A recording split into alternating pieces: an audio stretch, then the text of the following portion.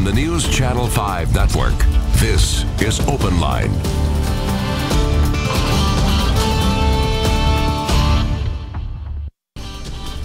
Good evening and welcome to OpenLine. I am Jennifer Kraus here with you for the next hour, and we are talking about suicide. Of course, the topic has gotten a lot of attention recently with, of course, the untimely deaths of both Kate Spade and Anthony Bourdain.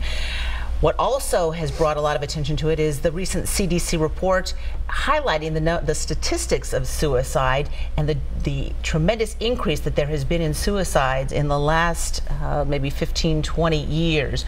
Joining us this evening is Becky Stoll from Centerstone, and we're going to be talking the next hour about the issue, the trends, yes, the symptoms, the signs to look for, and what to do if you or someone you love is having suicidal thoughts.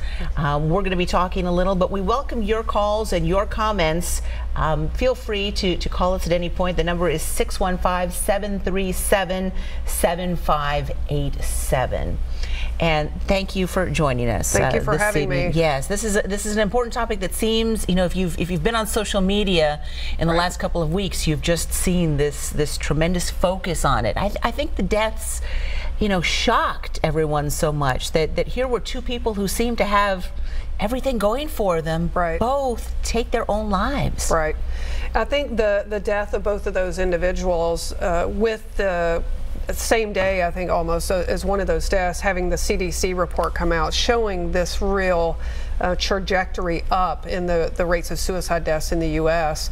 Has caused what we hope is a positive stir in that people become more aware of the issue of suicide in our country and really what we can do as a community, as health systems, as behavioral health systems, and as friends and loved ones to do about that. And so hopefully people don't get to the point where they feel like that's the best option for them. Right. Now, Centerstone, for people who are not aware, offers a variety of behavioral services, mental health, as well as addiction services. You also have a 24-hour hotline. We do. And have you seen are you seeing the same thing that the CDC is seeing as far as this increase in statistics in suicides? Yeah, as a state as a whole, we definitely saw suicides are going up, just like most the rest of the country is having a significant increase. I think the suicide deaths in Tennessee over the past 10, 15 years have gone up around 24, 25%. So it's about 3 a day here in our state. There's some touch points that we hope we can try to start intervening, but we have seen that. You know, we've put systems in place in our operations of all of our mental health and substance abuse services that hopefully try to identify individuals who are at highest risk and try to treat them in a special way. But it's very difficult. But yes, I think we've all seen that uptick. And you talked about 3 in Tennessee. And as you mentioned, a 24 or 25% increase, and that reflects what the CDC has seen. Absolutely. 24% increase from 1999 to 2014. And in the United States, the year that the most recent statistics are available, 2016, 45,000 people took their own lives. I mean, think about that. 45,000 people in just 1 year felt that they could not go on much longer. Right. It's the 10th leading cause of death amongst adults. Yes. And I was surprised to find that middle-aged people, that's where many of the suicides are happening. It is. It's a real hot spot. Those of us in our middle years seem to have really, that's one of the largest groups that's seen this uptick, especially Caucasian males in their middle years. That's a very high-risk group right now as a demographic. The rate for children are going up, older adults it's going up. We even see by race it's going up, where it is still predominantly a population amongst Caucasian, but in the African American community, while the numbers are lower, they also are seeing upward trends. And when you look at this CDC and some of the graphics they put out, everything's pointing in the direction we would not like. They're all going up.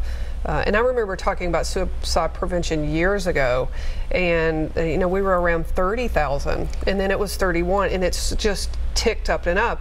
The thing that's alarming is that the data that we have is 2 years ago. Yeah. So it was 45,000 in 2016. So the real actual true numbers are probably higher than that. And it definitely is alarming. So I hope if any good comes out of these 2 recent deaths of very high profile individuals is that I think it's opening up a conversation about how we can get this number to go in the direction of decreasing instead of this steady increase. I know some of the reasons are mental health issues, underlying issues of depression or other, but there's got to be other factors in this. And I'm sure if everybody knew the reason, perhaps it'd be a lot easier to get rid of it. But I mean, is it social media? Is it added stress? Is it what is contributing? Any idea to this just continuing increase? I think that's the interesting onion to peel when those of us at mental health are looking at this. What we know is more than half of individuals in the U.S. who kill themselves don't have a diagnosable mental health disorder. They haven't, or they haven't been diagnosed with a mental health disorder.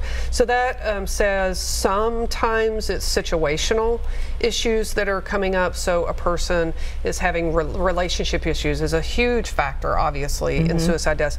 But are they having relationship issues, financial, physical health? There's a whole plethora of these kind of little pieces of the puzzle, because it's never really one thing that causes someone to take that drastic a step. But when you pull back a little bit and look at specific populations, I think the reasons are different.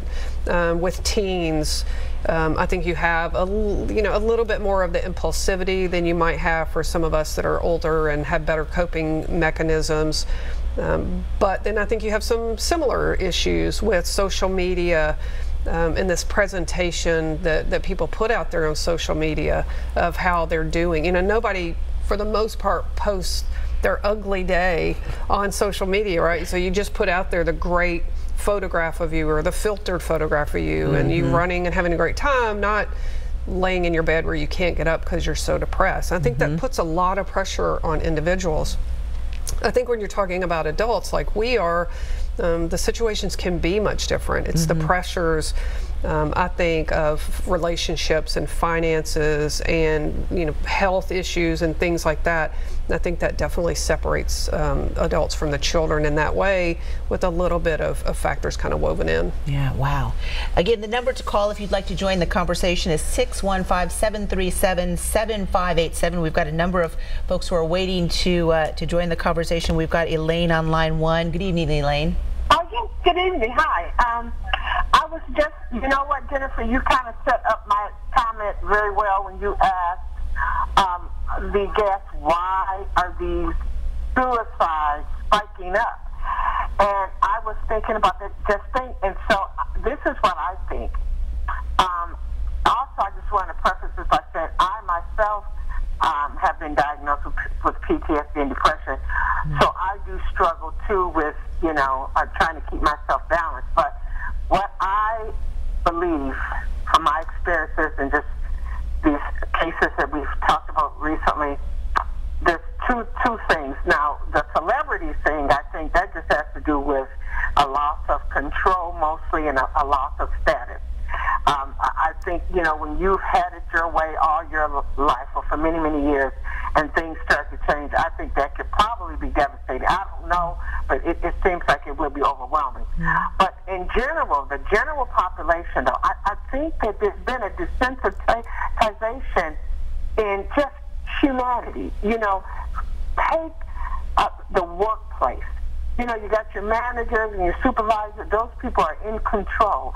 But do they ever think about the mental state of their employees? What is done in the workplace to help people before they get to a crisis state? I think that in America particularly, that we just have a desensitization in humanity and compassion. And that, I think, is leading to a lot of these suicides. When you don't feel hope anymore, when you feel there's no place for you in society, then the only option for many people is to check out. Yeah. Yes, exactly. I mean, a feeling of hopelessness, which is so sad to think that somebody feels that there is no other option.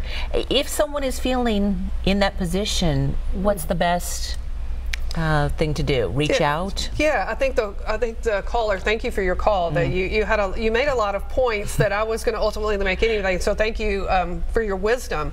Hopeless is a word I think we toss around. We all say it, and I think we can be flippant about it sometimes. When somebody truly loses hope, that's very concerning. If they really see no way that things are going to get better, that's alarming for us that work in this space. The second thing the caller pointed out, which I think is dead on, is we really are going to have to approach this issue in a public health way.